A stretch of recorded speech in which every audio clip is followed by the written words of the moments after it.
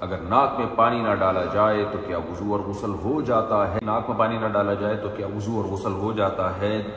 دیکھیں، وضو میں تو ناک میں پانی ڈالنا یا کلی کرنا یہ سنت مؤکدہ ہے، لہذا اس کو چھوڑنا ٹھیک تو نہیں ہے، لیکن اس سے وضو ہو جائے گا۔ لیکن غسل میں یہ فرض ہے، تو اگر غسل میں کسی نے ناک میں پانی نہیں ڈالا اور کلی نہیں کی منہ بھر کے تو غسل نہیں ہوگا اس کو۔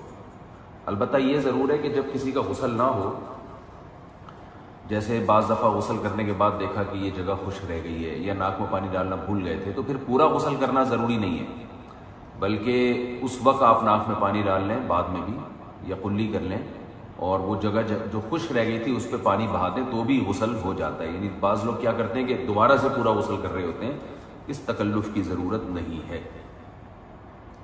درود کے دوران امام نے سلام پھیر دیا تو کیا کرے؟ اگر جماعت کے دوران امام صاحب سلام پھیر دیں جبکہ مقتدی درود پڑھ رہا ہو تو کیا کرنا چاہیے؟ ساجد صاحب انڈیا سے۔ دیکھیں، اگر التحیات آپ نے پوری نہیں پڑھی اور امام نے سلام پھیر دیا تو التحیات چونکہ واجب ہے تو التحیات کو جلدی سے کمپلیٹ کریں اور سلام پھیریں۔